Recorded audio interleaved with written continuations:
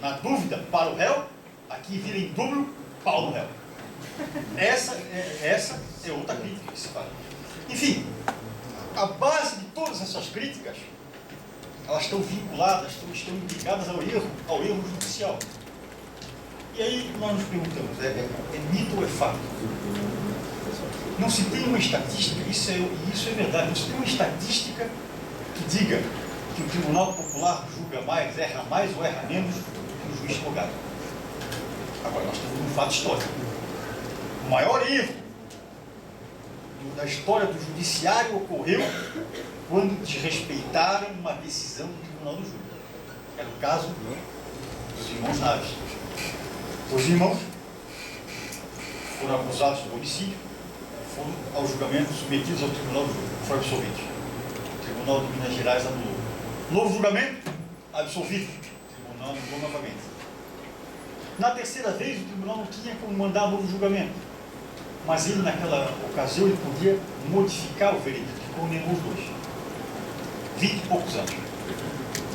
Cumpriram pena, saíram, um morrendo na prisão, e depois o suposto morto apareceu.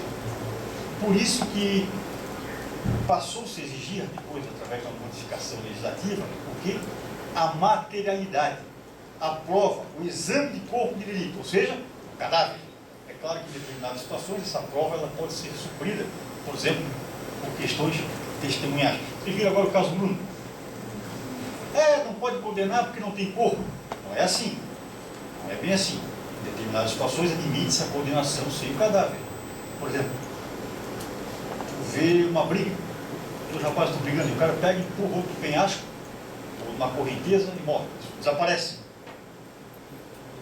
E é testemunha. Não tem o corpo, mas a prova indireta supre, e nesse caso é possível uma condenação. Então o maior erro que aconteceu foi quando desrespeitaram uma decisão do Tribunal do Júri. Então,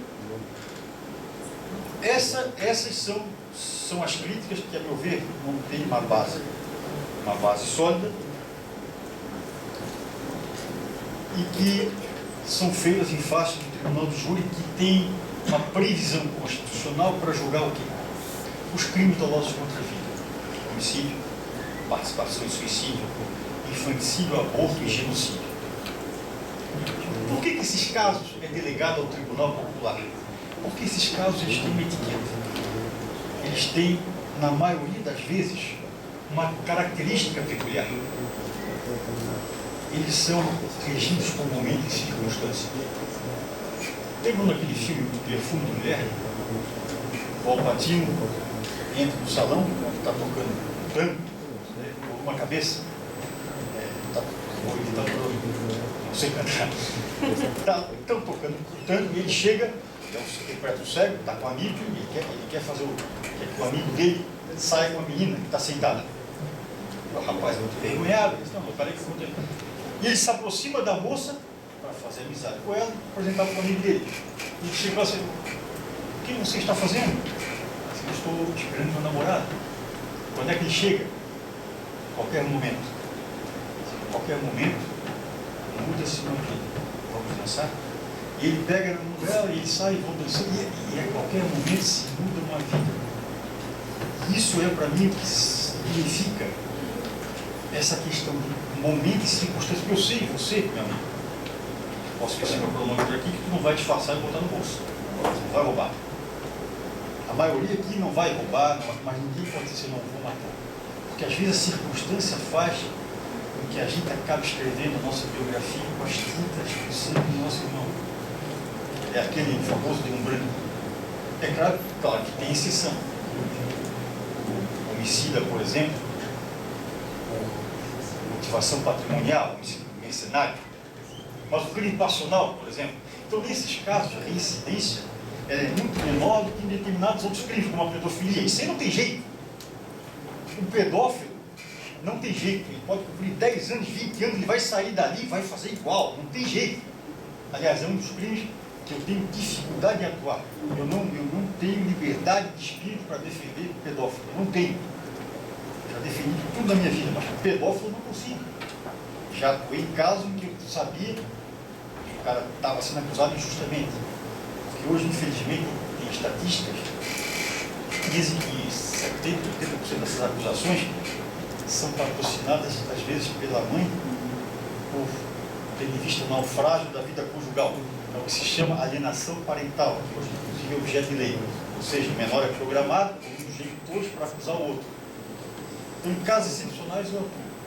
Mas eu tenho muita dificuldade, mas o homicida não. O homicida, às vezes, é as circunstâncias, e por isso é que ele deve ser julgado por quem? Pelo semelhante, do tribunal do júri. Porque o jurado ele não está preso à frieza do texto legal, que evidentemente não vai conseguir abarcar todas as situações que às vezes atormentam a alma do ser humano. Então o jurado pode absolver sem que ele encontre o fundamento da lei. Ele pode absolver, por exemplo, ele pode reconhecer a tese, como já foi reconhecido, da legítima defesa antecipada. Vocês sabem que para caracterizar a legítima defesa, a gente tem que estar presente no que? Artigo 25.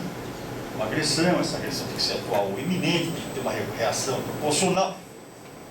Os jurados do Rio de Janeiro reconheceram que a legítima defesa antecipada, no caso em que no morro, os traficantes disseram: olha, se eu não quiser guardar a droga aqui, eu vou matar e estuprar tua filha. E eles já tinham feito isso. E o pai de família, desesperado, foi lá e matou o traficante.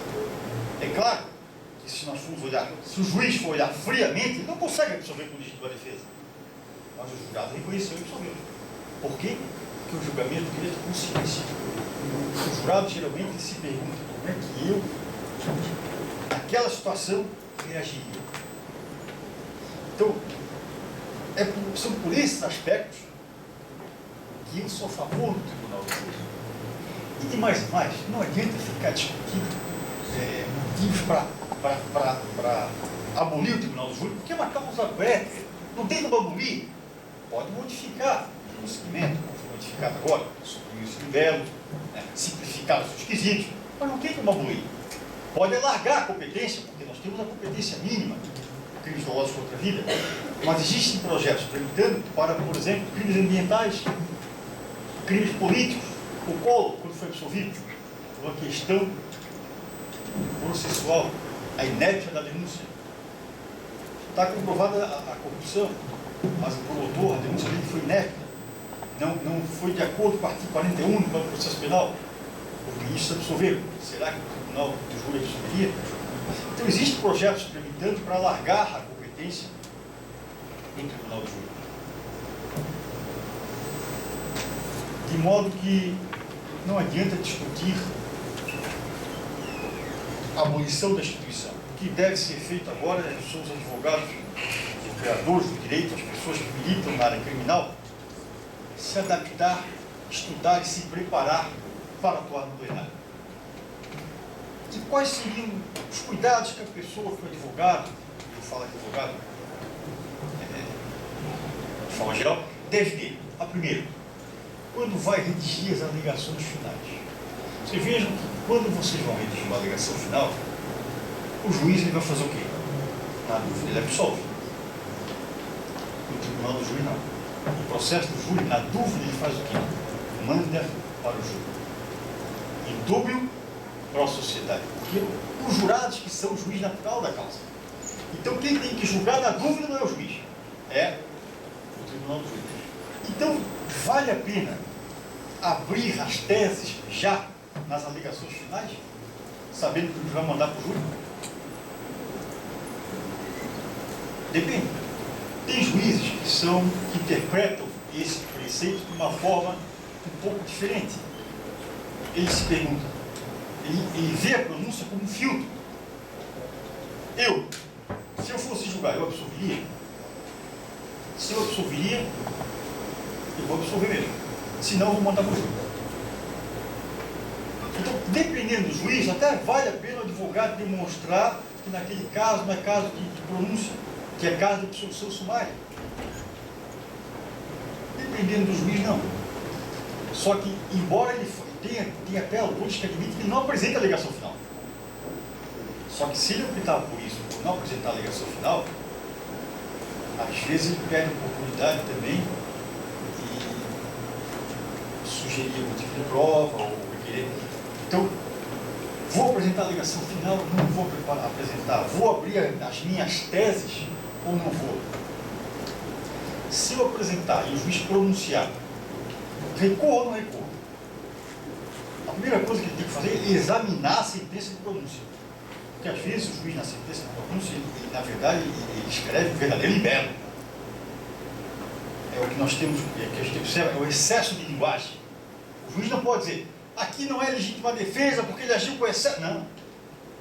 O juiz sempre tem que falar em tese.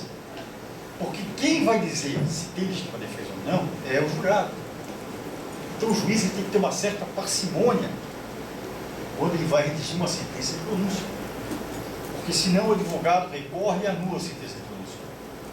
Antigamente, hoje até piorou. Antigamente o promotor pegava, olha o que o juiz disse, olha o que o tribunal disse. Hoje não pode mais. Mas se o promotor não pode ler, em compensação, o código determina que ele entregue, que o juiz entregue para os jurados a pronúncia. Quer dizer, pior ainda. Porque aí o jurado lê, e tu não pode nem explicar.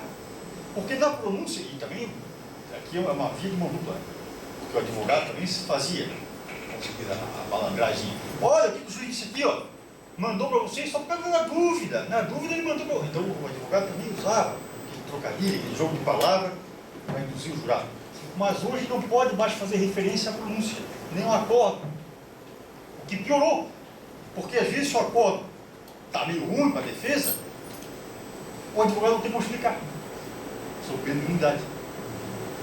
Então, às vezes recorrer, o tribunal, além de confirmar, ainda agrega mais alguns elementos que vão piorar e vão dificultar a discussão em plenário. Então isso o advogado tem que analisar, pô, será que vale a pena recorrer ou não? Chega em plenário. A primeira coisa que o advogado tem que fazer, antes de tudo, é a apresentação dele, né? Chegar bem arrumadinho, cabelo cortado, ajeitadinho, beca passada. E o primeiro júri que eu vou fazer, o advogado, excelente advogado,